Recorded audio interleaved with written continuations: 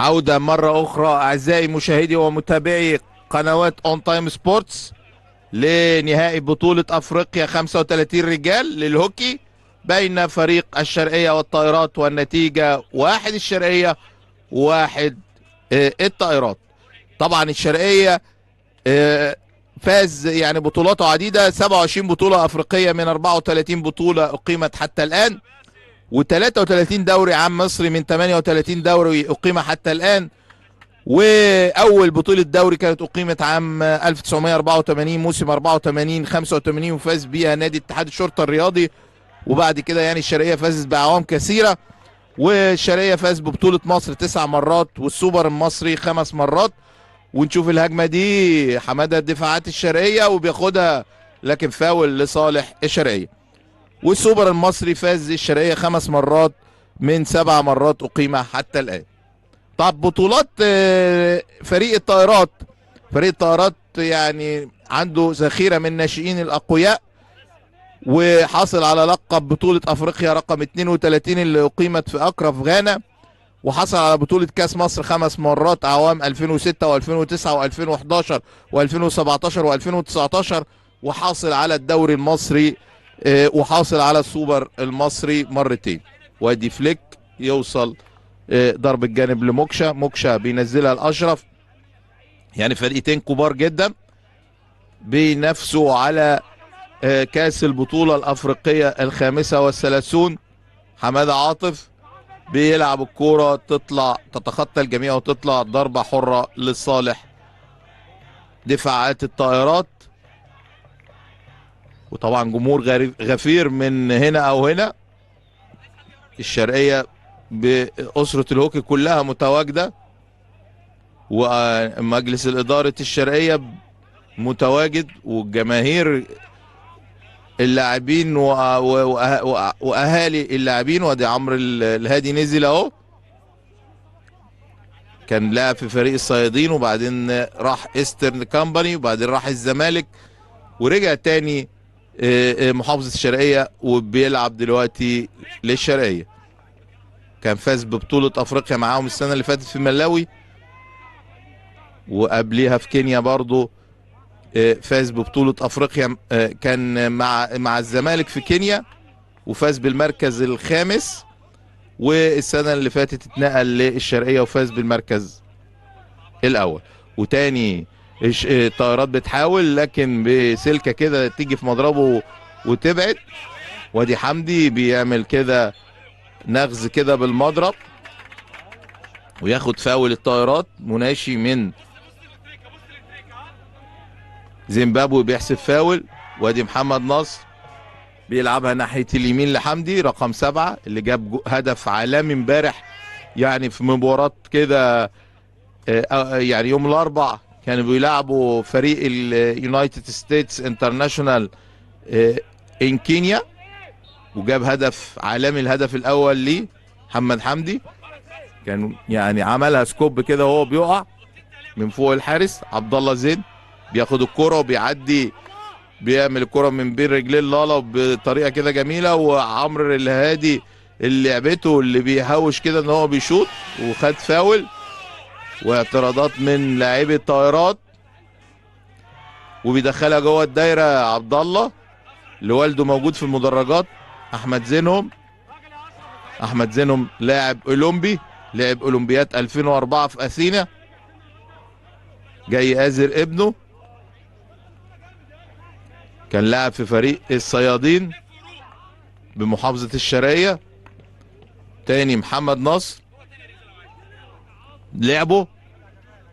لعبه بيطلع الكرة لقدام وتوصل ناحية الشمال، وبيحاول ابو تريكة وبتاخدها دفاعات الشرقية وتوصل موكشا بيحاول لقدام، والشرقية هجمة. هنشوف ايه اللي هيحصل.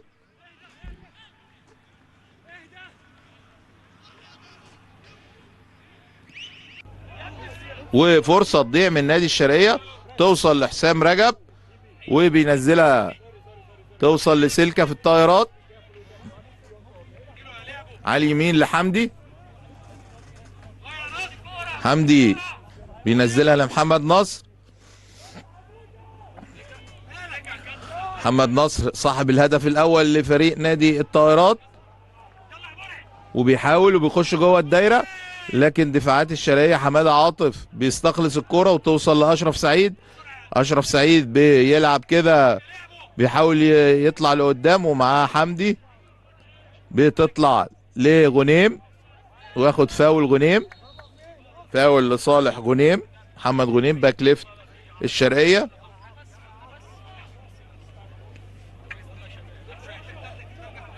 واحنا في الشوط الثاني دلوقتي، وفاضل 10 دقايق على نهايه الشوط الثاني، والنتيجه 1 الشرقيه 1 الطائرات. تاني فليك لقدام، توصل لحمدي، بيلعبها في نص الملعب لأحمد حسين، وتوصل ياخدها دفاعات الشرقية، وفاول لصالح إيزا صاحب الهدف الأول من دراك فليك، اللي يعني خد مان اوف ذا ماتش يعني في المباريات السابقة في الجولات المجموعة، كان أفضل لاعبي فريق الشرقية وأفضل لاعب في المباراة. تاني عبد الله بيعدي كده بدريبل جميل، وعبد الله لاعب منتخب مصر للناشئين، واحمد جمال عبد الله بيلعبها لعبد الرحمن بودي اللي بينزلها تحت لغنيم، غنيم لايزا، ايزا لحماده عاطف، حماده بيهوش كده ان هيلعبها سلاب شوت، لكن بينزلها تاني لايزا، ايزا ناحيه الشمال لغنيم، غنيم بيدخلها كده جوه الدايره، واشرف جوه الدايره، و يعني كده هاي بول من كذا لاعب كده، وبتطلع في الاخر فاول لصالح الطائرات. خطأ لصالح الشرقية. عبد الله بيلعبها ناحية اليمين لموكشا، موكشا بيعدي كده دريبل وبيحاول يعدي، بياخد فاول، لازم يمشي بالكرة بديجي 5 متر قبل ما يدخلها الدايرة. عمرو الهادي او باصيها للاعب اللي جنبه، وبالفعل باصاها لحماده عاطف اللي بيدخلها جوه الدايره، لكن تيجي في مضرب دفاعات الطائرات لالا، وتطلع ضربه ركنيه لصالح الشرقيه. اشرف لعبد الله، لكن حمدي بياخد الكوره، محمد حمدي رقم 7 من سايد رايت، اللي بيعدي كده من واحد والتاني ويلعبها لقدام لسلكة، ولعبه وبيعمل دريبل ومضرب سعيد على الارض، وبياخد ضربة فاول تحسبها ضربة ركنية جزائية الكسندريا.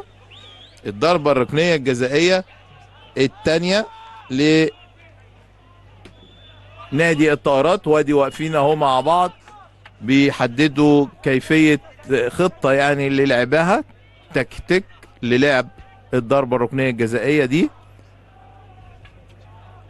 اللي حالات احتساب الضربات الركنية الجزائية 5 حالات، من ضمنها الخطأ المتعمد خارج الدايرة وداخل منطقة ال 23 متر الهجومي، وخطأ غير متعمد داخل الدايرة، او خطأ متعمد للاعب غير مستحوذ على الكرة، لاعب مهاجم، او ان الكرة تتعلق في مهمات حارس المرمى. كل دي حالات احتساب الضربة الركنية الجزائية. وادي لعبها من على احد القائمين، تبعد 10 متر وبيرفع وبيخرج جرة الدايرة، وحسام رجب، وضربة ركنية جزائية تاني ريتيكنج جت في رجل حمادة عاطف، وتبقى ضربة ركنية جزائية تانية. وطبعا ضربات الركنية الجزائية دي خطيرة جدا، يعني الشرقية جابت هدفها من ضربة ركنية جزائية. هنشوف بقى الطائرات هل هل هتجيب هدف، ام دفاعات الشرقية ليها رأي تاني. وتاني وحسام رجب، هدف دانا من حسام رجب، دانا في المقص على يمين مصطفى. حسام رجب بيجيب الهدف الثاني للطائرات لتصبح النتيجة 2 الطائرات. الطائرات بالزي الازرق على يسار الشاشة، وعبد الله بينزلها تحت لعبد الرحمن، بياخدها لعبه وبيلعبها لسلكة سين عوض، وبيعدي كده وبياخد الشرقية فاول. مناشي حكم زيمبابوي، فاول لصالح فريق الشرقية. ايزا بيلعبها ناحية اليمين لحمادة، حمادة طولية لقدام، توصل للعبه من الطائرات ناحية اليمين لحمدي. حمدي معاه الكورة وبيلعبها لمحمد نصر اللي بيعدي كده وبيخش بيها جوه الدايرة وبيرفع كده. فاول على نصر فعلا، واضحة زق اللاعب وهو يعني بيعدي بالكورة كده، راح زائق بكتفه دفاعات الشرقية، وفاول صحيح للشرقية. وبيجيب باسم من الطائرات هيحذره، هيقول له يعني ما تعترضش تاني، الكورة واضحة.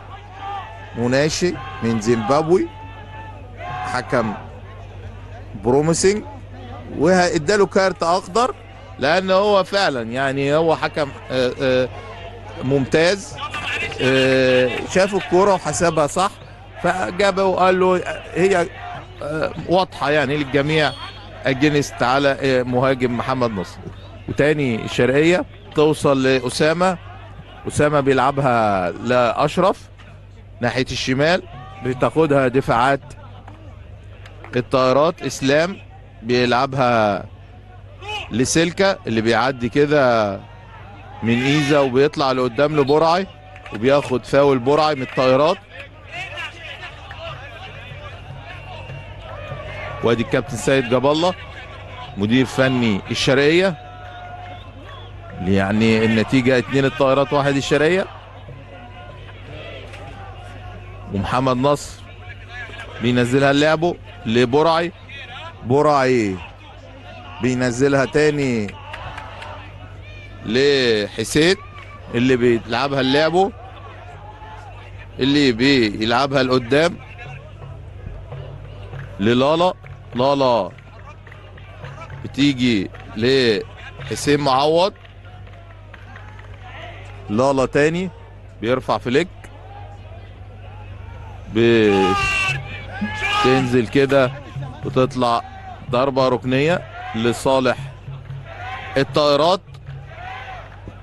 ضربة ركنية دي على خط ال 23 متر الهجومي من نقطة موازية لنقطة طلوع الكرة، وطبعا لازم يمشي بيها 5 متر يا اما يبصيها لزميله اللي يبعد 5 متر قبل ما يدخلها الدايرة، والهدف بيحتسب من داخل دايرة التصويت. وادي محمد نصر لحسام بيرفع فليك لقدام، وحسبها ايه الحكم؟ حسبها بنالتي كورنر، ضربة ركنية جزائية لصالح الطائرات. الضربة الركنية الجزائية الرابعة للطائرات، طبعا دي خطيرة. الضربة الركنية الجزائية بتبقى نسبة احرازها هدف نسبة كبيرة جدا، وشفنا هدف احرزه حسام رجب الهدف الثاني للطائرات. وادي الدفاعات الشرقية بتلبس المهمات اهو، وفي ميدو واقف على الضربة الركنية الجزائية رقم 29.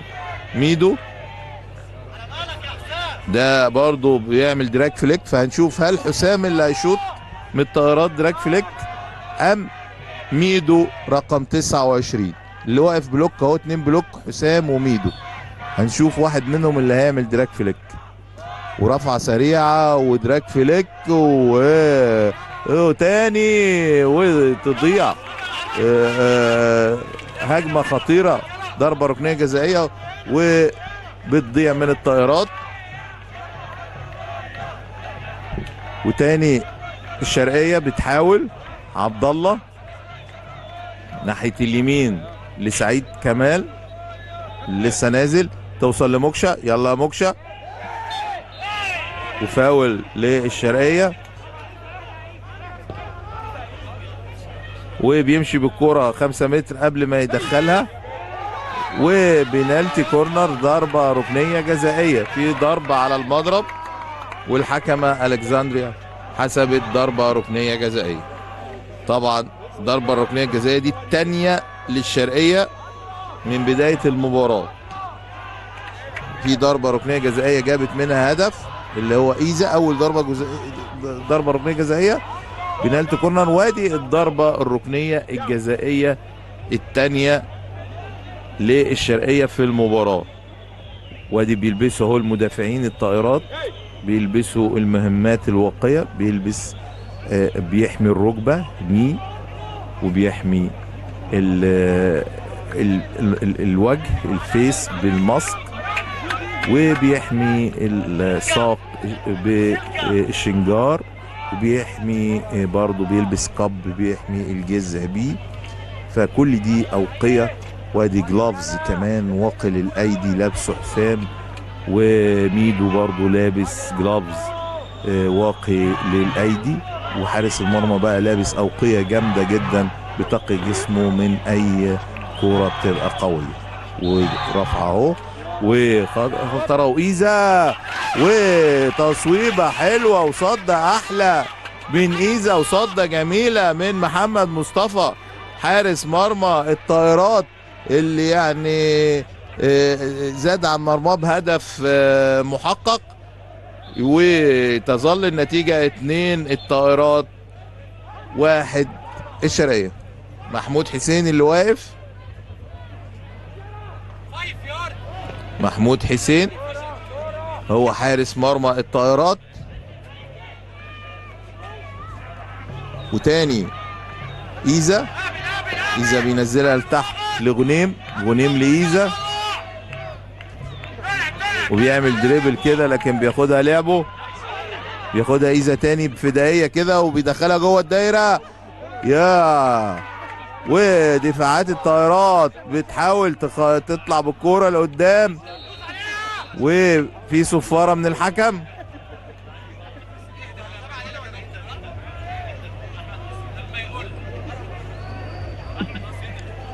وفي لاعب بين الطائرات ميدو واقع، رقم 29 من نادي الطائرات.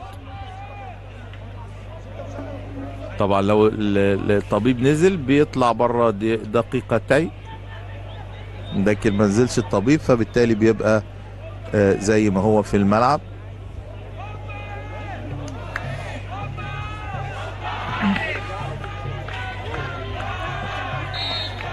وادي صفارة استئناف المباراة مرة تانية. حسام رجب بيلعبها لإسلام، إسلام ناحية اليمين لميدو، ميدو بيلعبها لمحمد حمدي لكن بتاخدها الشرقية، وعبد الله بيلعبها لموكشا، وموكشا بيعمل سيلف باص وبيطلع وبياخد ضربة ركنية جزائية، ضربة ركنية جزائية. وادي جماهير الشرقية فرحانة بالضربة الركنية الجزائية لأن نسبة إحرازها كبيرة جدا، واعتراضات من كابتن فريق الطائرات ولاعيب الطائرات لالا ولعبوا وحمدي وطالع كمان ناصر وميدو بيقولوا لا مش ضربة ركنية جزائية. بيقولوا لها روح اسألي الحكم التاني مناشي، لكن هي متأكدة من قرارها وبتقول لهم لا أنا قراري سليم 100%. وادي الجماهير الشرقية ومصرة وشافت الكورة وفي ثقة في أدائها، سيلف كونفيدنس كده في أداء الحكمة ألكسندريا من بلجيكا. الله يا رجالة.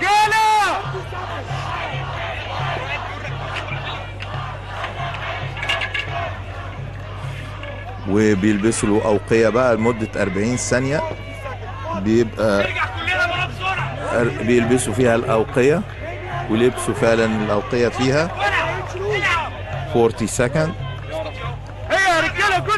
واقف على الكورة سعيد هيرفع، وفي بلوك 2 بلوك إيزا وحمادة ودانا، وتيجي محمود حسين بيصد الكورة كده بالبادز وتبقى ضربة حرة للطائرات ويضيع هدف محقق من الشرقية من ضربة ركنية جزائية، ضربة ركنية جزائية الثالثة في المباراة. وتاني بيحاول نادي الطائرات، وباقي 7 دقايق على نهاية الشوط الثالث، والنتيجة 2 الطائرات 1 الشرقية. لالا بيطلع كورة ناحية الشمال لميدو لمحمد نصر،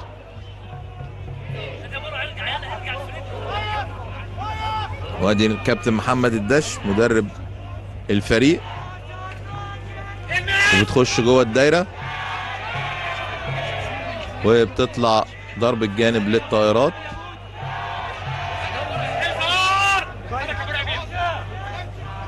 تاني براعي لعبه تيجي في مضربه تطلع خارج الخط الخلفي، وتبقى ضربة حرة للفريق المدافع لصالح دفاعات الشرقية. حمادة عاطف بيلعبها ناحية اليمين لغنيم، غنيم لحمادة، لقدام لأشرف، أشرف بيعدي كده من حسام رجب، وبيطلع عبد الرحمن بودي اللي بيعدي كده من حسام، وتبقى فاول لصالح الطائرات. سويب باص لحمدي، حمدي بيطلع بالكوره وبيعدي كده من محمد اسامه، لعبه بيلعبها ناحيه محمد نصر، بيدخلها جوه الدايره لحمدي، وحمدي بيرفع الكوره من فوق المضرب وبيدخلها تاني جوه الدايره، وضربه ركنيه جزائيه، ضربه ركنيه جزائيه الخامسه للطائرات في المباراه.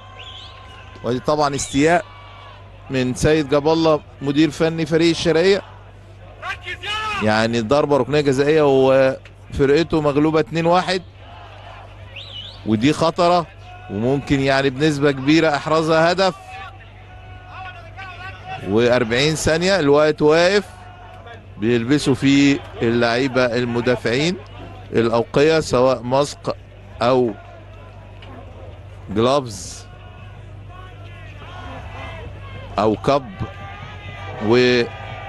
وواقي للركبه، وقفوا خلاص كل مضاربهم واوقيتهم واجزامهم خارج الخط الخلفي، والحكم بيرفع ايديه كده لفوق والوقت واقف وبيصفر وبينزل ايده. ودلوقتي لازم تتلعب، ادي اتلعبت، لعبه ثبت، وحسام رجب، حسام رجب يجيب الهدف الثالث من دراج فليك، حسام رجب يجيب الهدف الثالث من دراج فليك، لتصبح النتيجة 3 الطائرات 1 الشرقية، وفاضل 5 دقايق على نهاية الشوط الثالث.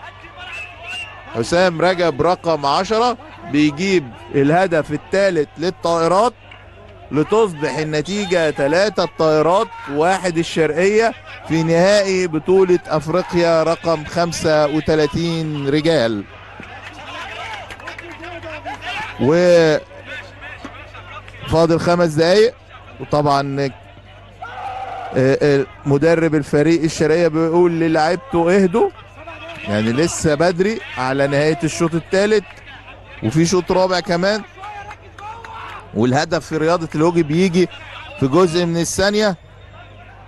هل هيحصل رومونتادا من فريق الشرقية او فريق الطائرات هيعود ويسجل تاني؟ وادي فاول فاول فاول، ومدير الفريق كابتن احمد عبد الكافي بيطالب بكارت، وفاول على الشرقية تحسبه الحكمة الكسندريا من بلجيكا. وادي حسام بيرفع فليك كده لقدام بين اللعب من ورا خالص، من يعني من الخط الخلفي كده لقدام. وادي التي او جاستس من كينيا بيقول احمد عبد الكافي يعني ما تعترضش على قرارات الحكام، وبيقول له عايز تتكلم اتكلم معايا انا. تاني ايزا بتوصل لعبد الله، وايزا بيحاول تاني وبيدخلها على وش الدايره لاحمد جمال ورفير. يا سلام يا احمد يا جمال يا عبد الله، يا سلام يا سلام يا سلام، هدف جميل ورائع وبيعود باللقاء من تاني. احمد جمال عبد الله يحرز الهدف الثاني للشرقيه بريفيرز رائع كده، بيستلم الكره من على وش الدايره ويقلب مضربه، وجماهير الشرقيه فرحانه اهو، ومعاهم يعني كل جماهير الشرقيه، ومعاهم جماهير من افريقيا كمان بتساندهم وبتأزرهم، وتصبح النتيجه 3 الطائرات 2. الشرقيه في مباراه مثيره وعظيمه ولقاء قوي جدا في نهائي بطولة افريقيا للرجال رقم 35. وتاني نزل جمال من ناشئ الشرقية وعدى من واحد والتاني، واحمد جمال ويدخلها الدايرة، ومحمود حسين بيطلع كورة خارج الخط الجانبي، بس الحكمة الكسندريا حسبت فاول لصالح الطائرات. حسام بيلعبها لعبه ناحية اليسار لسلكة، حسين عوض اللي بينزلها تحت للالا رقم 11 كابتن الفريق عبد الله انور. مباراة مثيرة وهجمة هنا وهجمة هنا وهدف هنا وهدف هنا، ونهائي قوي جدا. وادي فاول لصالح الشرقية، كرة نازلة في تجمع، قانونية الكرة العالية.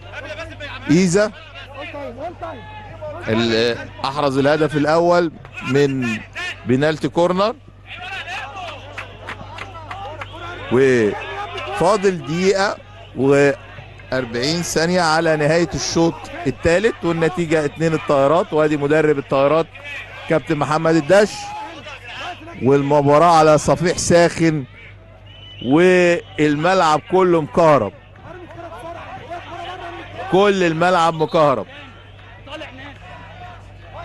مباراة تليق بنهائي بطولة افريقيا للأندية ابطال الدوري. تاني الشرقية تاخد فاول، ايزا بيدور كده وريفيرز، وتيجي في مضرب حسام رجب وتبقى ضربة ركنية لصالح الشرقية، وهجوم ضاغط من الشرقية عايزة تحقق الهدف التعادل وتعود للقاء من تاني ريمونتادا كده. وادي جمال اللي نزل كده عمل نشاط في الفرقة، لكن تتخطف منه الكورة. جمال من ناشئي فريق الشرقية من فرقة 2006 اللي فازت ببطولة الجمهورية. وتاني بيرجع الكرة لحمادة عاطف لإيزا، وإيزا بيعدي كده وفي خبط من لعبه، والحكم بيحسب فاول لإيزا، ودخل إيزا وهيدخلها جوه الدايرة، وموكشا وبياخدها حمدي، وفاول لدفاعات الطائرات، وهجوم ضاري من الشرقية. الشرقية طبعا خبرات كبيرة جدا، و27 بطولة أفريقية، ومتعودين على إحراز اللقب، وهم متأخرين دلوقتي بهدف 3-2. وموكشا تاني وفي ضربة ركنية لصالح الشرقية،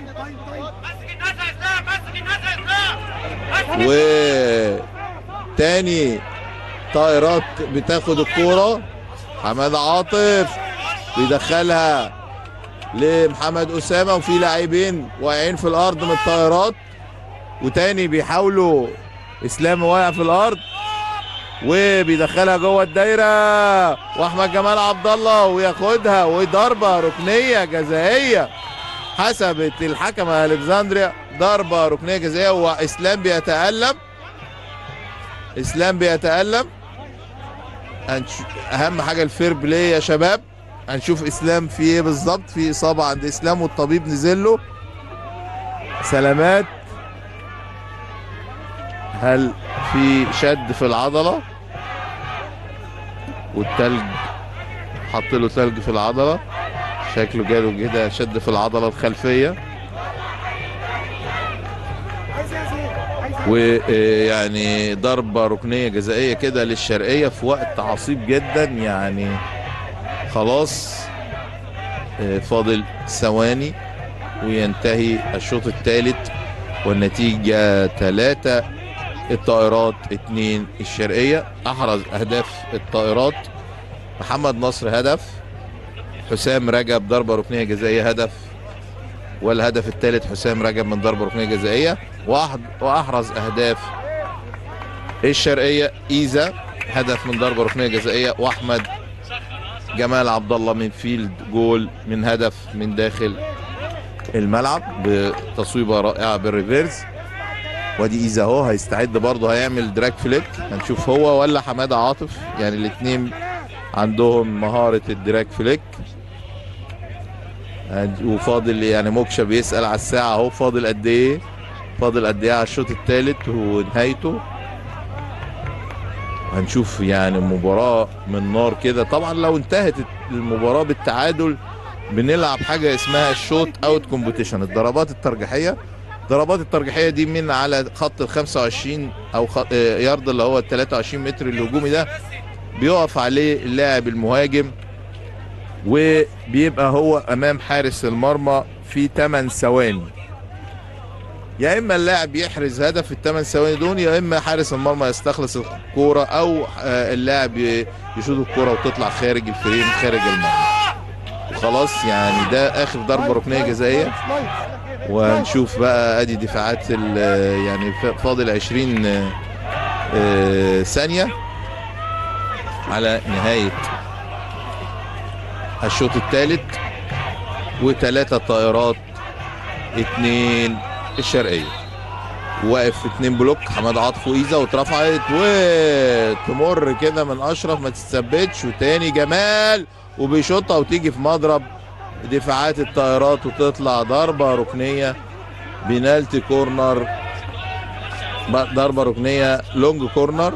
تاني إيزا بيدخلها، يا سلام يا إيزا، ثرو باص كده عالمي بالريفيرز يلعبها وياخدوا الشرقية ضربة ركنية لونج كورنر. أشرف سعيد بيلعبها لإيزا وبياخدها باسم، وطالع لعبه ناحية الشمال لمحمد لبرعي، برعي اللي بيخش كده ويقطم وهيشوط. يا سلام، شوطة حلوة من برعي وصد أحلى من مصطفى. يزود عن مربع مصطفى بهجمه كده مرتده، وتاني طائرات ومحمد نصر وبيخش جوه الدايره وبيعدي من واحد والتاني، وتيجي في هذه اللحظه اعزائي مشاهدي ومتابعي قنوات اون تايم سبورتس يطلق الحكم صافره نهايه الشوط الثالث، والنتيجه 3 الطائرات 2 الشرقيه. استراحه قصيره لمده دقيقتين. تحياتي دكتور